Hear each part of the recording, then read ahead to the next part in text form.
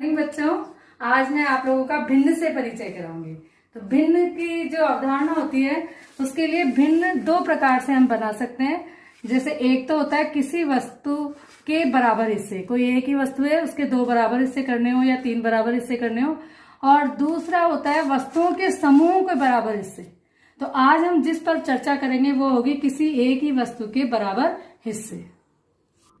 बच्चों, ये एक रोटी है मेरे पास और इस रोटी के हमें हिस्से करने हैं। तो दो भाई हैं, मोहन और सोहन। इन दोनों भाइयों को मुझे ये रोटी बराबर देनी है। तो बच्चों, इसके लिए मैं पहले इस रोटी के दो बराबर हिस्से करूंगी और ये हिस्से में से एक हिस्सा मोहन को, ये मैंने एक हिस्सा मोहन को दिया और एक हिस्सा सोहन को दिया। अब इसके लिए हम क्या करेंगे कि हमने एक रोटी थी जिसके हिस्से किए दो, एक हिस्सा मोहन को और एक हिस्सा सोहन को, यानी कुल दो हिस्से थे। मोहन की जो भिन्न हो गई वो दो में से एक यानी 1/2, और सोहन के लिए जो भिन्न हो गई वो दो में से एक यानी 1/2। बच्चों, मोहन और सोहन की बहन गीता आ जाती है।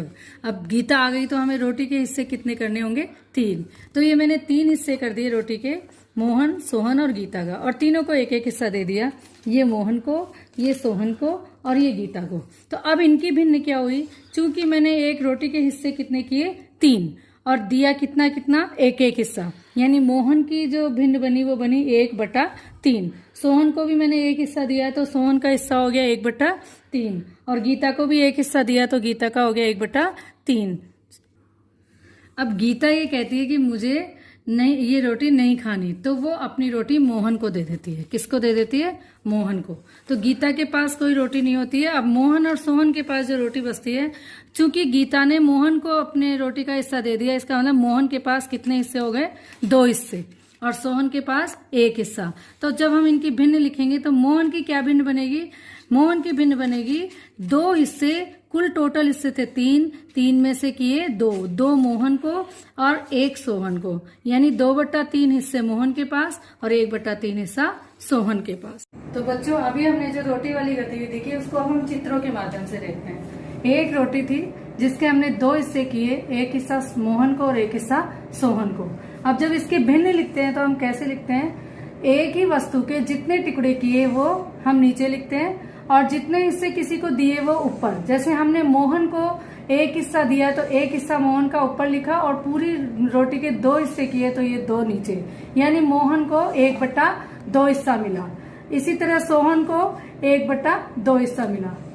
अब हम इसी रोटी के हमने 3 हिस्से किए। क्यों किए? क्योंकि इनकी बहन गीता भी आ गई। अब जब हमने इसके 3 हिस्से किए तो हम इसको कैसे देंगे कि इस रोटी के कुल हिस्से हुए 3 में से 1 हिस्सा मोहन को, 1 हिस्सा सोहन को और 1 हिस्सा गीता को। अब इसके भिन्न कैसे लिखेंगे? मोहन को दिया गया हिस्सा 1 था और उसमें से 3 हिस्सों में से उनको 1 हिस्सा दिया। इसी तरह सोहन को 3 हिस्सों में से 1 हिस्सा दिया, और इसी तरह गीता को 3 हिस्सों में से 1 हिस्सा। यानी इनको जो रोटी दी गई उसकी भिन्न हुई 1/3। अब गीता ने कहा कि मुझे रोटी नहीं लेनी, और उसने अपना हिस्सा मोहन को दे दिया। अब जब मोहन को अपना हिस्सा दे दिया तो मोहन के पास कितने हिस्से हो गए? 2, और सोहन के पास कितना है? 1। तो जब हम यहाँ भिन्न लिखेंगे तो मोहन के लिए जो भिन्न लिखेंगे वो क्या लिखेंगे कि मोहन को जो हिस्सा दिया वो थे 2, और कितने कुल हिस्से कितने थे? 3, यानी 3 में से 2 दिए 2/3, और सोहन को 3 में से 1 दिया, यानी 1/3। अब भिन्न लिखने का तरीका क्या हुआ कि किसी को भी दिया गया हिस्सा और कुल हिस्से, कुल कितने हिस्से किए और उसमें से किसी को दिया गया हिस्सा कितना है, इस तरह से हम उसके भिन्न बनाएंगे। बच्चों, अभी हमने रोटी की सहायता से जो भिन्न का काम किया था वो किया। अब हम चित्रों की मदद से भी भिन्न बनाना देखते हैं कि ये एक वृत्त है और इस वृत्त के हमने हिस्से किए 4 में से हमने 1 हिस्से को रंग दिया, और अब हमें रंगे हुए हिस्से की भिन्न लिखनी है। तो भरा हुआ हिस्सा जो है वो 1 और कुल हिस्से कितने हैं? 4, यानी इसके रंगे हुए हिस्से की भिन्न बनी 1/4। यहाँ दूसरा वृत्त है, इसमें हमने 2 हिस्सों को रंगा है। 2 हिस्सों को रंगा है, यानी रंगे गए हिस्से हैं 2 और कुल हिस्से हैं 4, यानी इसकी भिन्न बन गई 2/4। ये एक आयताकार आकृति है। इस आकृति के 5 हिस्से किए गए हैं, 3, 4 और 5। अब 5 हिस्से में से हमने 3 हिस्सों को रंगा हुआ है, तो ये हो गए 3/5। 3 हिस्से रंग दिए, कुल हिस्से 5। इसी तरह ये एक वर्गाकार आकृति है। इस आकृति में हमने हिस्से किए हैं 9। 9 में से हिस्से रंगे कितने हैं? 3, 4 और ये 5। 5/9। अब गणितीय भाषा में जो ऊपर और नीचे की जो संख्या है इनको हम बोलते कैसे हैं? ऊपर जो संख्या लिखी जाती है वो होता है अंश, और नीचे जो संख्या लिखी जाती है वो होता है हर। यानी इस आयत के हिस्से बने हैं कुल 9, इसमें से हमने रंगे कितने हैं? 5। यानी कुल हिस्से जो है वो हर के समान है, और जो अंश है वो दिए गए हिस्से हैं, रंगे गए हिस्से हैं। इसकी भिन्न बनी 5/9। बच्चों, आपने भिन्न बनाना सीखा, और अब हम इसी के आधार पे कुछ समस्याएं आपको दे रहे हैं। उसके अलावा आप भी अपने घर पर कुछ समस्याएं क्रिएट करके भिन्न बनाने का प्रयास कीजिए। तो कुछ तो मैं आपको बताती हूँ कि मोना के जन्मदिन पर 7 बच्चे जन्मदिन मनाने आए। तो बताइए प्रत्येक बच्चे को मिलने वाले केक का हिस्सा क्या होगा? यानी वो केक काट रहा है और प्रत्येक बच्चे को कितना केक मिलेगा, इस हिस्से को आपको इसमें बताना है कि प्रत्येक बच्चे को मिलने वाला हिस्सा क्या है। इसी तरह ये चित्र दिए हैं, इन चित्रों में रंगे गए हिस्से की भिन्न आपको लिखनी है, और इसी आधार पे आप भी अपने घर परिवार में जो भी आपको चीज वस्तु बढ़ती है या चित्रों के माध्यम से अपने भाई बहनों और दोस्तों के साथ मिलकर के भिन्न का निर्माण कीजिए। इससे आगे हम भिन्न की अगली स्टेप समूह में भिन्न बनाने पर कार्य करेंगे। हम एक वस्तु के बराबर हिस्सों पर चर्चा कर चुके हैं। आज हम बात करेंगे वस्तुओं के समूह के बराबर हिस्से। बच्चों, समूह में भिन्न बनाने के लिए हम एक छोटी सी गतिविधि करते हैं। एक बार एक कक्षा में एक अध्यापक ने बच्चों को एक सवाल दिया और उनसे ये कहा कि इस सवाल को जो बच्चे इसी कालांश में यानी इसी पीरियड में पूरा करेंगे उनको मैं कुछ चॉकलेट है वो चॉकलेट उनको बराबर हिस्सों में दूंगा, लेकिन वो हिस्से बच्चों को अपने आप बनाने होंगे। कुछ समय बाद सुमन ने कहा कि उसका ये सवाल पूरा हो गया। तो अध्यापक के पास जो चॉकलेट थी वो चॉकलेट उन्होंने सुमन को दे दी।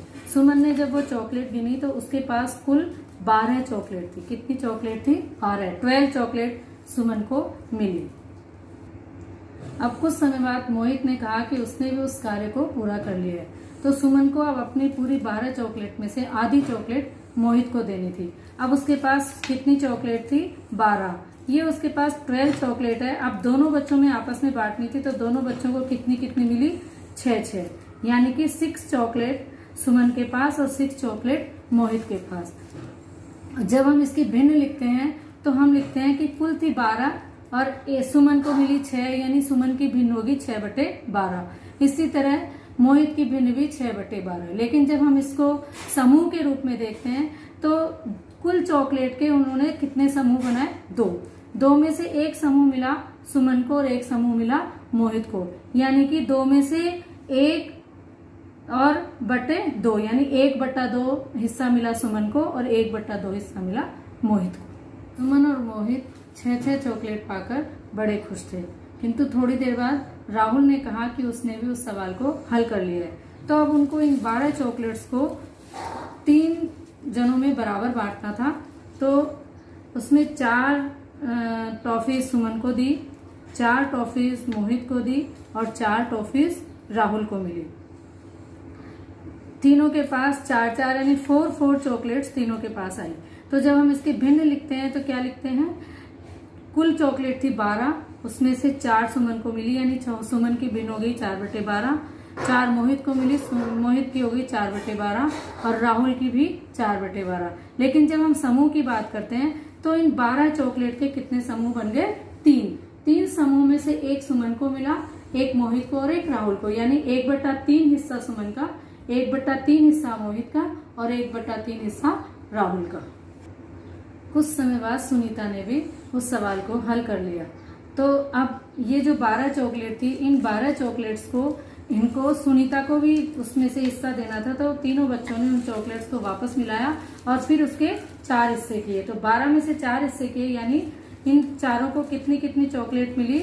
3। कितनी मिली? 3, यानी टोटल थी 12 चॉकलेट्स। उनमें से प्रत्येक बच्चे को मिली 3। कितनी मिली? 3 चॉकलेट। अब जब हम इसकी भिन्न लिखते हैं तो क्या लिखते हैं? कुल चॉकलेट है 12, उनमें से 3 चॉकलेट सुमन को, 3 मोहित को, 3 राहुल को और 3 सुनीता को, यानी 3/12 हिस्सा सुमन का, 3/12 मोहित का, 3/12 राहुल का और 3/12 ही सुनीता का। लेकिन जब फिर यहाँ पर हम समूह की बात करेंगे तो कितने समूह बने? 4 समूह। और इन चारों समूह में से एक एक हिस्सा चारों को दिया गया। तो एक हिस्सा सुमन को यानी 1/4, एक हिस्सा मोहित को यानी 1/4, एक राहुल को यानी 1/4 और एक सुनीता को यानी 1/4। चारों के 1/4 हिस्सा दिया गया। जो अभी हमने जिस गतिविधि पर बात की उसको अब हम चित्रों के माध्यम से समझते हैं। तो जो हम बात कर रहे थे फ्रैक्शंस पे, उसमें फ्रैक्शन इन ग्रुप्स यानी समूह में बराबर हिस्सों में भिन्न कैसे बनेगी। तो अध्यापक के पास कुल 12 चॉकलेट्स थी, जिसमें से उन्होंने जब सुमन ने सवाल को पूरा किया तो सभी चॉकलेट्स, सभी टॉफियां उन्होंने सुमन को दे दी। लेकिन कुछ समय बाद मोहित भी आ गया तो सुमन को इन चॉकलेट के 2 हिस्से करने थे। तो कितनी चॉकलेट आई दोनों के पास? 6 सुमन के पास और 6 मोहित के पास। तो जैसे हमने पहले भी पढ़ा था कि 12 कुल चॉकलेट थी, उनमें से 6 सुमन को दी गई। तो 6 सुमन की फ्रैक्शन हुई 6/12। इसी तरह मोहित की भी 6/12। लेकिन जब हम समूह में भिन्न की बात करते हैं तो कितने समूह बने? 2 में से एक समूह दिया गया सुमन को और एक समूह मिला मोहित को। यानी समूह में जो इनकी भिन्न बनी वो क्या बनी? 1/2। इसी तरह जब राहुल भी सवाल पूरा करके आया तो जो चॉकलेट सुमन और मोहित को मिली थी उन 12 चॉकलेट में से राहुल को भी देनी थी। तो अब जो 12 थे उनके कितने हिस्से किए? 3 हिस्से। तो 3 हिस्से करने पर तीनों को कितनी कितनी चॉकलेट मिली? 4 सुमन को, 4 मोहित को और 4 राहुल को। और इनकी फ्रैक्शंस बन गई 4/12। लेकिन जब हम समूह में भिन्न बनाएंगे तो कितने समूह बने? 3 में से एक समूह सुमन को यानी 1/3, एक समूह मोहित को यानी 1/3, एक समूह राहुल को यानी 1/3। इसी तरह जब हम आगे चलते हैं तो सुनीता ने भी अपने सवाल को पूरा किया और उसके पूरा करने के बाद जो 12 चॉकलेट थी उन चॉकलेट्स को उनको वापस 4 बच्चों में बांटना था। तो वो चॉकलेट कितनी कितनी आई? चारों में 3 चॉकलेट आई। तो कुल चॉकलेट थी 12, उनमें से 3 सुमन को, 3 मोहित को, 3 राहुल को और 3 सुनीता को, यानी प्रत्येक बच्चे को 3/12 हिस्सा मिला।